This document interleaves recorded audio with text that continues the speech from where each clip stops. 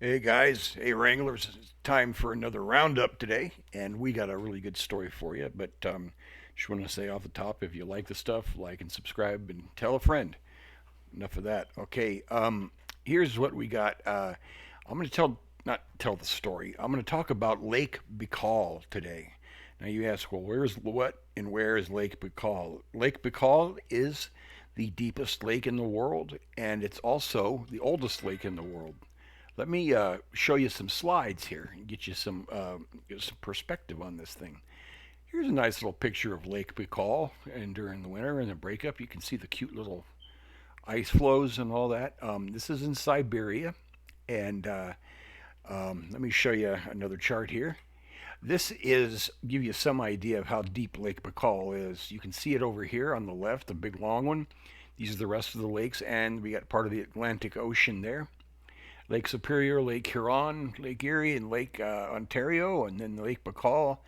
Okay, let me give you some facts. Baikal is the world's largest freshwater lake by volume, containing 22 to 23% of the world's fresh surface water. That's a quarter of almost. More than all of North American Great Lakes combined. It's the world's deepest lake with a maximum depth of 5,387 feet, which is 1,600 meters, and the world's oldest lake at 25 to 30 million years old. Now that's pretty incredible. It's basically at 12,248 square miles. It's larger than Belgium, the country of Belgium, and that would be for the metric people 31,722 kilometers squared. It's 12,248 square miles. So it's deep, it's old, and it's huge. And tell you some about that 60% of the species that are in Lake Baikal are indigenous to Lake Baikal. They're not found anywhere else. The other 40% you can find examples of them all over the world. But in Lake Baikal, there's 60% of them out there that just aren't. You can't find.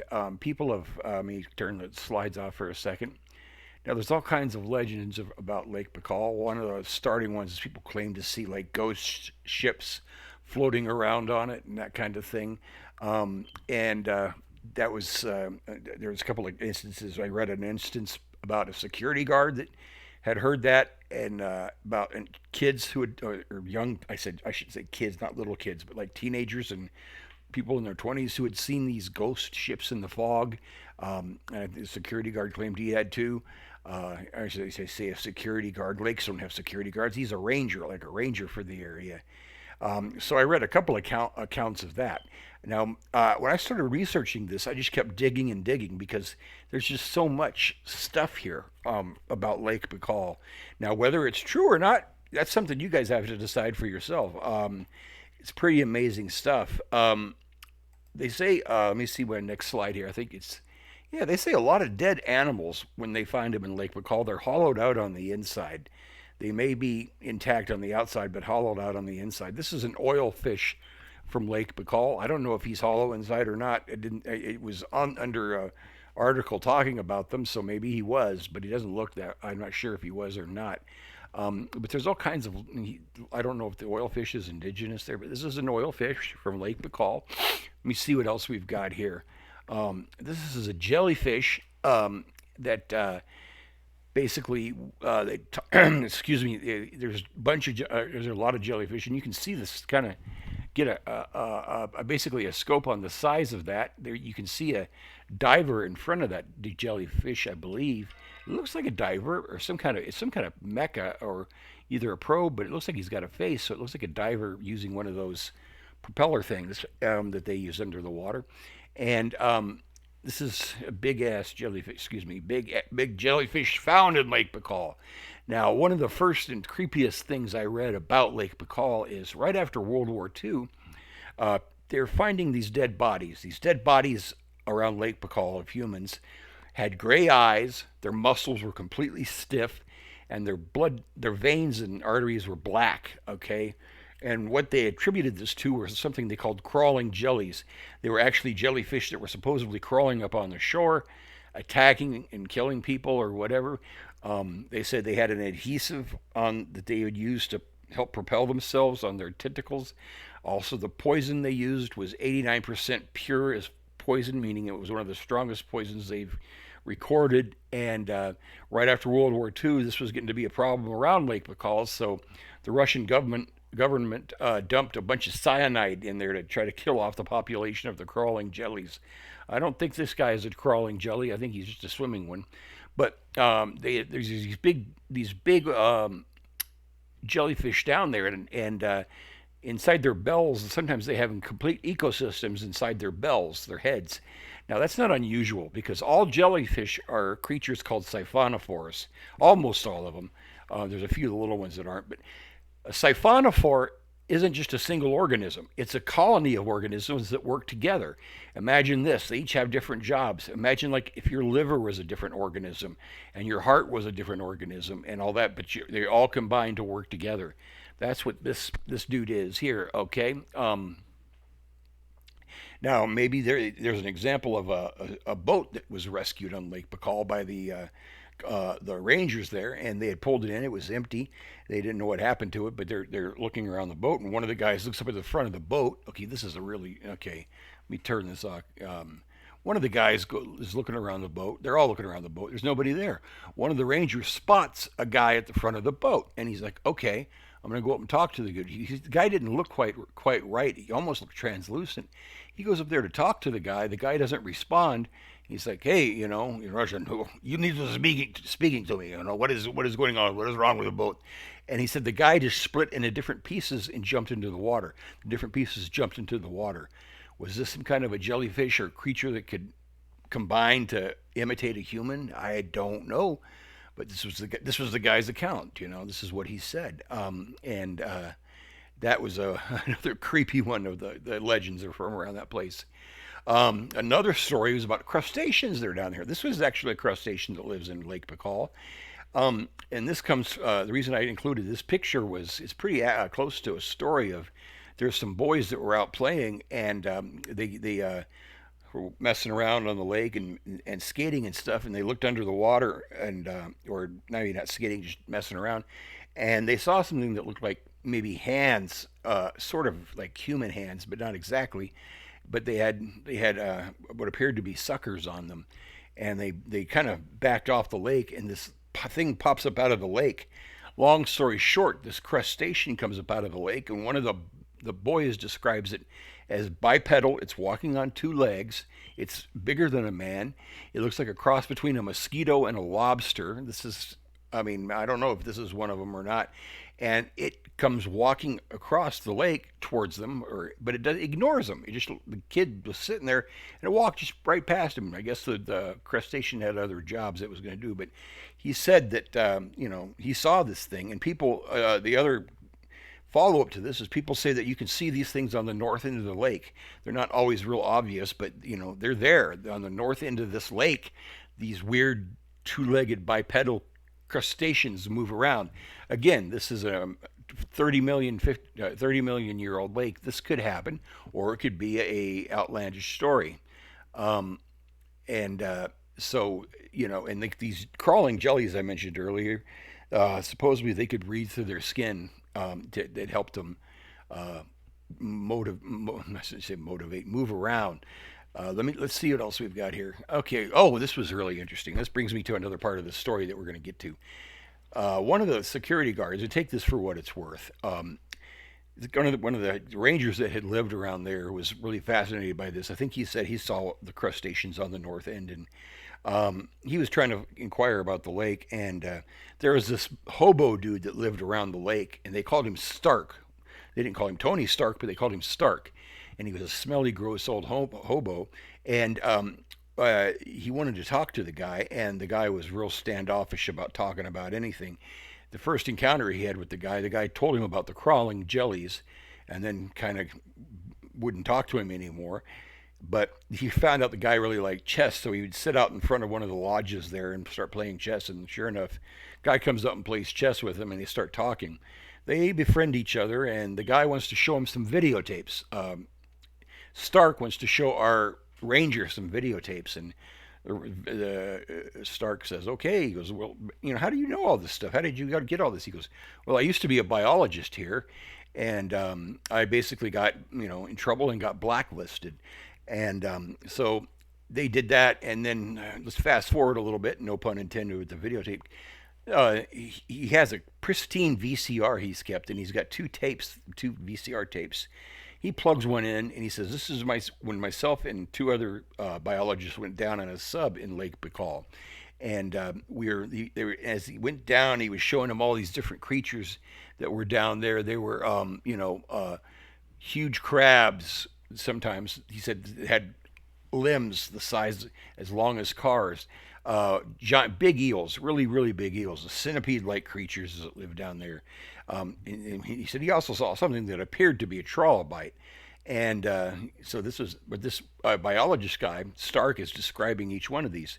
Now they hit a layer as they went down deeper in the fresh water. They hit a layer of brine, which is seawater type water with salt in it, and they go down in that layer. And then it's when this Stark dude evidently turns off the VCR and doesn't want him watching the rest of it. Well, long story short, the ranger was able to basically, he said he snuck in there and got the tape and watched the rest of it. And what he saw was a gigantic serpent that I'm going to talk about here in a little bit later. The sonar was registering on something that was maybe 2 kilometers long, and they lowered down, and he said he saw this thing that was looking right at the camera that was just terrifying and compelling. And about this time, Stark shows up and gets mad at him and breaks the tape and all that. And he says, "Can't really blame him.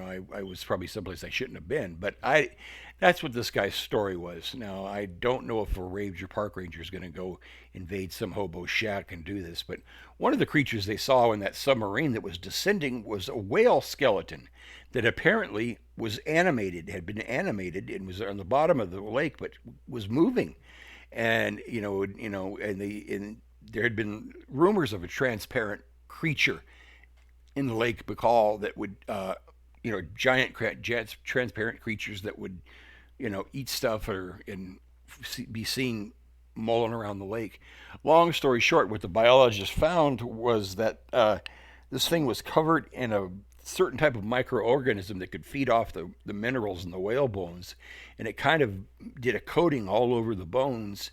And this coating would, they could inflate this coating, and this thing would float based on some kind of an amino acidic sugary compound. The thing would float and they could move the thing, and it would go around eating other microorganisms. I'm assuming like plankton and that sort of thing. It would eat that stuff. And so that's what this. He said he saw one of these, and it was pretty wild, if you think about it.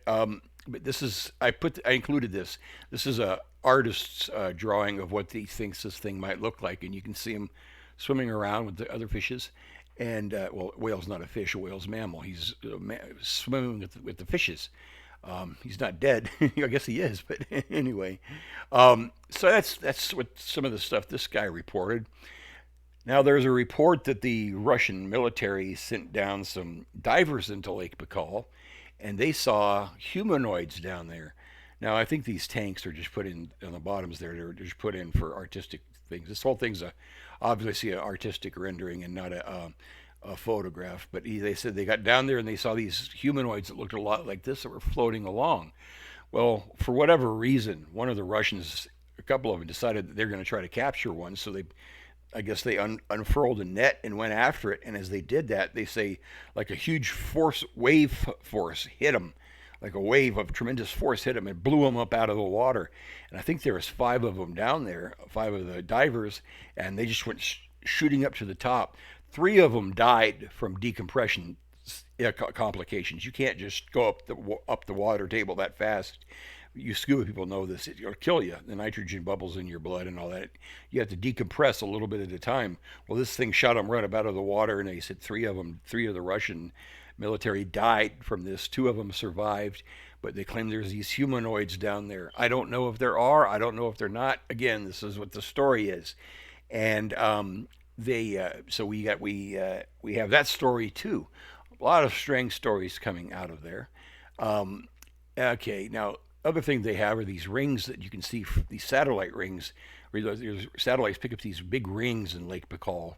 Now, I researched this one, and a French scientist thinks it's not really anything that unusual. He goes, regular reservoirs will do this if they're too deep, or if they're really deep. And what this happens is the water down in the lower, should I say it, the in the lowest parts of the lake, the water is warmer than at the top, which makes sense because it just makes sense because it's not exposed to the elements, and at times columns of this water, this warmer water will rise just like hot air. Warm water will rise too and come up and make these circles. So this French scientist looked at them. He went to Lake Baikal and he thinks that's what they are. Some people were thinking they were UFO landing sites or whatever, but this paper he wrote, he says, I'm pretty sure this is it. And he goes, he's seen it in other reservoirs throughout the world, the same exact effect. So maybe this is one mystery of Lake Baikal that's solved and leaves us with some others. Now we're going to, yep, wrong button. Now this is that giant serpent we talked about. It's not a photo; it's a drawing, and it has a legendary name of, I don't know if I say this right, Lusud Khan, which means water dragon master. And he this is supposedly that giant, that tremendously large serpent's been down there forever, for a long, long time. And here's another artist drawing of what the guy might look like. Looks pretty, looks like a mean fella. Anyway, and here's some ancient, not also some maybe like Stone Age drawings of the. We got a GIF here of the serpent, and kind of showing you with some of the other graffiti that was there with him. So this is a picture of Lusud Khan, the dragon, yeah, water dragon master, and that's a lot of the info on Lake Baikal. One last story I wanted to tell you is a guy that said relates a story from his father. It was either his father, it was his father, and he was an older man, and his father would have been, this is a long time ago, had gone to Lake Baikal, and he was a construction architect type guy, and he was going to design some stuff for him there, and he got there at night, and they said, okay, you're welcome, come on in, and he goes, but we can't go outside at night, it's too dangerous, so, have supper and go to bed. So the guy did. He ate and he went up to his room and he's working on his plans. And I guess it got warm or something. And he opened a window, and he's in there working on his plans. And he turns over, looks, and there's this big head, just head of a huge serpent coming through the window. I don't think it was Lucid Khan. I think there's another big snake. And he freaked out and jumped into the closet. And evidently this serpent lost its mind, started thrashed, putting its head or forepart into the room and thrashing around, broke all kinds of stuff. Finally, it left. The owners came up and said, "What the hell are you doing?" They wanted to kick him out. They called the police, and the police said, "Look, this isn't the first time this happened. Just put him in a different room and all that. But we keep him here." Well, the old man did finish the contract and finally leave. But this is a story he related to his son, who related it to what I read.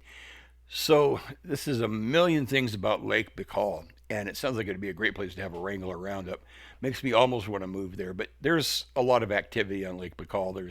It looks like there's a lot of ice skating and other kinds of stuff. There's obviously boating there during the summer and all that. So there's a lot of people there already. But one of the most interesting cryptozoological examples I've ever seen, not only of the creatures but of the location.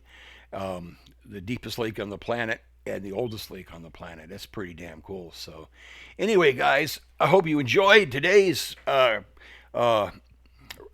roundup, and I'll see you next time on the next roundup, and I might be doing some 1 minute shorts here, just for fun to fill in. So take care, and we will see you next time. Bye bye.